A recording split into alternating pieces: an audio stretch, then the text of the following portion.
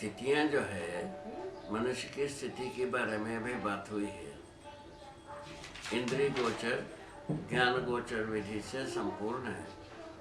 ज्ञान स्थिति में रहता है, इंद्रिय गोचर विधि से प्रमाण होता है। यह बात तय की। अभी का जो प्रोजेक्ट है उसके उस ढंग से कंप्लीट हो, ठीक है ना।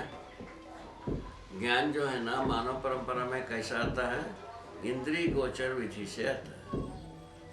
इंद्रिय ना हो, ज्ञान जो है ना ये एक दूसरे को कम्युनिकेट हो जाए, ऐसा होता नहीं। ठीक बात है, मानव परंपरा में, ठीक है। तो इंद्रिय ना हो, मानो ज्ञान को प्रमाणित कर दिया, ज्ञान को मैंने संप्रेषित कर दिया, अभिव्यक्त कर दिया, प्रकाशित कर दिया, ऐसा होता है। इंद्रिय थ्रू ही ज्ञान प्रकाशित होती है, ठीक है। हर मनुष्य में जीवन क्रियाशील रहता है, तो इंद्रियों से जो झलकी ज्ञान, उसके मूल तक जाने की व्यवस्था बनी हुई है। उसके लिए कल्पनाशीलता पहला प्रयोग होता है। वह मैंने ज्ञान अपने वस्तु के रूप में साक्षात्कार होता है, फलस्वरूप बोध और अनुभव होता है और प्रमाणित होने की व्यवस्था आती है। इस ढंग से इसका पूरा स्वरूप है, ठीक हुआ। यहाँ तक ठीक हुआ। वही चैतन्य इकाई का जो महिमा है, वही इसमें मुख्य मुद्दा है। वो इसी के आधार पर अपन बात कर रहे हैं। इसी के आधार पर जीवन को भी पहचानने की कोशिश, शास्त्र को पहचानने की कोशिश, मानव को पहचानने की कोशिश, चार अवस्था को पहचानने की कोशिश, जीने की कोशिश, ठीक है ना। इन सब के साथ जीने की कोशिश।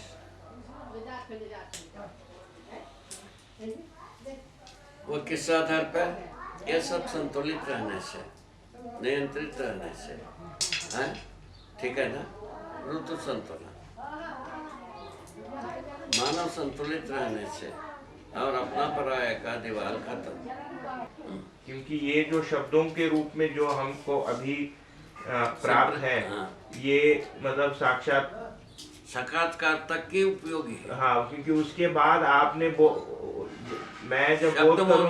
मैं जब बोध करूंगा, आपने बोध के बारे में क्या कहा था, ये तो हमको उपलब्ध तो नहीं होगा ना। बोध के होगा ना, हमको जो बोध हुआ, जो वस्तु वही आपको बोध होगा। हाँ हाँ, उसके बारे आपने शब्दों के रूप में हमको जो बताया है, वो तो शब्द को हमने जोड़ा है। हाँ हाँ, आपने शब्द को जोड़ा है। मैं ये वस्तु है ही, वस्तु है ही, ठीक है। मतलब मैं यही कह रहा हूँ कि जैसे अभी मतलब ऑपरेटिंग जो लेवल है मेरी, वो एक प्रकार से मतलब जो शब्द है वो स्मृति में रहती हैं, कभी कभार किसी वस्तु पे ध्यान चले जाता है, ऐसे चल रहा है, ठीक। मैं सिर्फ अनुमान लगा रहा था कि जब मैं बोध करूंगा तो ये जो मतलब प्रस्ताव शब्दों के रूप में जो उपलब्ध है, ये प्रस्ताव हमको उस मतलब बोध करते समय ये तो उपलब्ध नहीं है। मतलब वो सीधे वस्तु का ही बोध करेंगे। ये ठीक तो है। शब्द जो है ना छूट जाता है, ड्रॉप हो जाता है, वस्तु बोध होता है। शब्द के अर्थ में वस्तु इंगित होती है। कल्पनाशीलता जो कल्पनाशीलता से साकारता तक कल्पनाशीलता की सहयोग रहता है। कल्पनाशीलता से साक्षात्कार तक पहुंचने के बाद शब्द और कल्पना दोनों ड्रॉप हो गए, वस्तु रह गई। वस्तु का अनुभव होना स्वाभाविक। वस्तुओं का अनुभव होने की स्थिति में हम प्रमाणित हो जाते हैं। प्रमाण को प्रमाणित करने के लिए स्वाभाविक है, वो होता ही है। जो अपना पास जो रहता है उसी को तो आवंटित करते हैं, ठीक है ना। जो जिसके पास रहता है उसी को वह आवंटित किया करता है। ये सिद्धांत है ना। ये रूप गुण स्वभाव धर्म के बारे में पूछ रहे हो, ये बात पहले हो चुकी है। जो रूप और गुण इंद्रिय गोचर है, रूप का तो पूरा रूप इंद्रिय गोचर है ही है। गुणों में जो है ना विषम और सम, ये दोनों इंद्रिय गोचर है, ठीक है ना। मध्यस्थ ज्ञान गोचर है, ठीक बात है।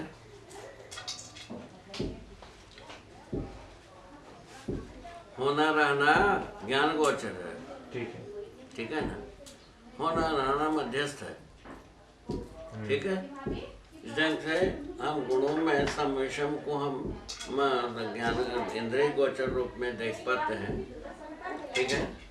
और इंद्रिय गोचर में ज्ञान गोचर समाई रहती है। क्या बात?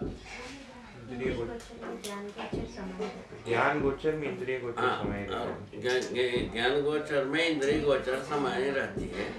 इसके आधार पर हम ज्ञान इंद्रियों के द्वारा भी कुछ सूचनाओं को ज्ञान ग्रहण करता है, ठीक है ना।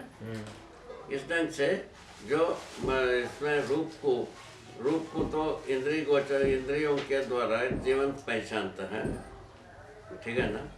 और गुणों में से सम और विषम, इन दोनों को इंद्रिय गोचर और ज्ञान गोचर होना पाया जाता है।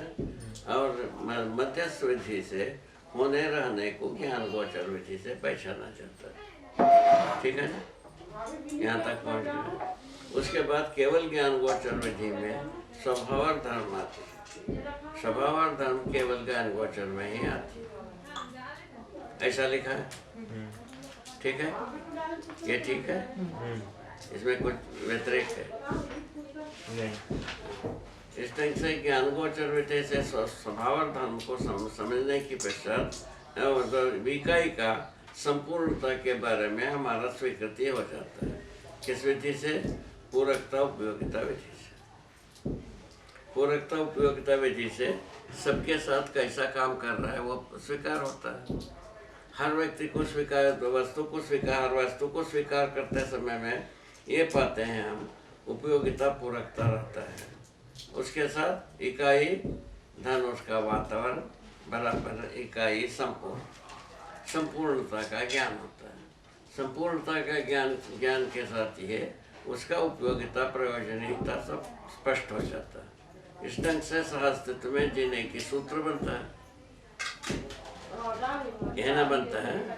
उपयोगिता विधि से न जुड़ करके हम सहअस्तित्व में जी पाते हैं,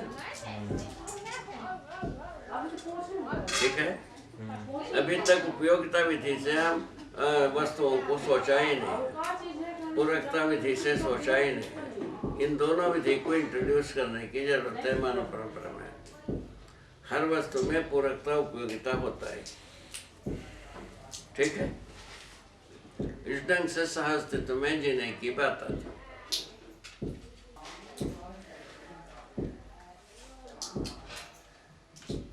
अभी कहाँ से शुरू किया? याद है? हाँ। कहाँ से शुरू किया? रूप गुण स्वभाव धर्म से, ठीक है ना।